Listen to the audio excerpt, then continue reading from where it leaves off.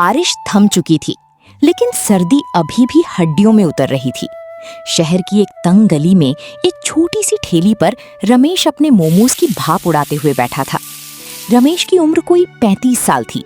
चेहरे पर मेहनत की लकीरें थीं, हाथ खुरदुरे थे, पर उन्हीं हाथों में एक कमाल का हुनर था, मोमोज बनाने का हुनर। पास से गुजरते लोग कभी कभी रुकते, एक प्लेट खाते और चले जाते। कमाई बस इतनी ही थी, घर का खर्च मुश्किल से निकलता था। घर में थी उसकी पत्नी सुनीता और 10 साल की बेटी रिया। रिया पढ़ने में बहुत होशियार थी, पर स्कूल की फीस हर महीने रमेश की नींद उड़ा देती थी।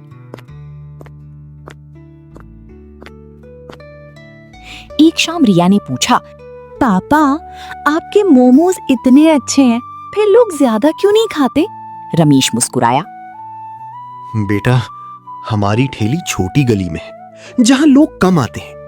रिया कुछ देर सोचती रही, फिर बोली, पापा, कल मैं अपने स्कूल में अपने दोस्तों को बताऊंगी, वो जरूर आएंगे। रमेश ने हंसते हुए कहा, ठीक है बेटा, देखते हैं।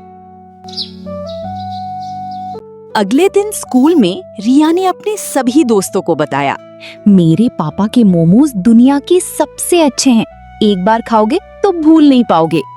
बच्चों ने एक दूसरे को देखा और हंसे।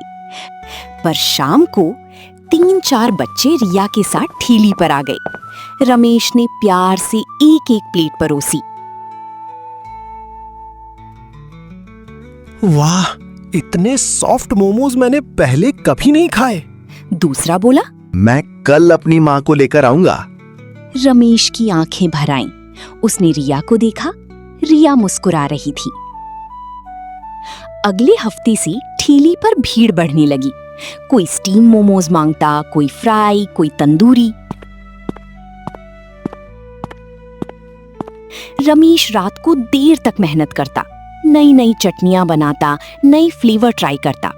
सुनीता ने एक दिन कहा, सुनो, आजकल कमाई थोड़ी बढ़ी है, क्या हम ठेली को थोड़ा बड़ा कर सकते हैं? रमेश बोला, सुनीता, अभी नहीं, पहले थोड़ा और पैसा जोड़ते हैं, जल्दबाजी में कोई काम नहीं होता। एक दिन एक अच्छे कपड़ों वाला आदमी ठेली पर आया। उसने एक प्लेट खाई, फिर दूसरी, फिर तीसरी। रमेश ने हंसकर पूछा, भाई साहब, अच्छे लगे। भाई, मैं एक रेस्टोरेंट चलाता हूँ, तुम्हारे मोमोज खाकर मैं हैरान हूँ। क्या तुम मेरे रेस्टोरेंट में काम करोगे? अच्छी तनख्वाह दूंगा। रमेश कुछ देर चुप रहा, फिर बोला, भाई साहब, आपका प्रस्ताव बहुत अच्छा है, लेकिन मेरी अपनी ठेली है, अपना काम है। किसी और के आगे हाथ फैलाने से अच्छा है कि अपना काम करूं, चाहे छोटा ही सही। वो आदमी मुस्कुराया। शाबाश, यही सोच तुम्हें एक दिन बड़ा बनाएगी। महीने बीतते गए। रमेश की ठेली अब एक छोटी सी दुकान बन गई थी। दरवाजे पर लिखा था, रमेश मोमोज, प्यार से बने, दिल से खाए। रिया स्कूल से आती तो सबसे पहले दुकान में झांकती। पापा, आज कितने लोग आए? रमेश हंसता। बेटा, गिनना बंद कर दिया, बस काम करता रहता हूँ। एक शाम सुनीता ने खाना परोसते हुए कहा, सुनो, आज रिया के टीचर ने कहा कि रिया पूरी क्लास में पहले नंबर पर है। रमेश के हाथ रुक गए, उसकी आंखें भर आईं।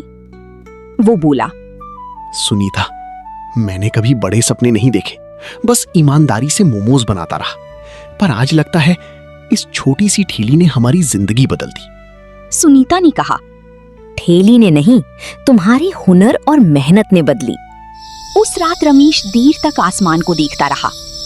तारे चमक रही थी। उसने मन में सोचा, काम चाहे कोई भी हो, अगर दिल से करो, ईमानदारी से करो, तो एक दिन वो काम ही तुम्हारी पहचान बन जाता है। और रमेश की मोमोज पूरे शहर की पहचान बन गए। सीख, हुनर कभी छूटा नहीं होता, बस उसे ईमानदारी और मेहनत से निखारते रहो।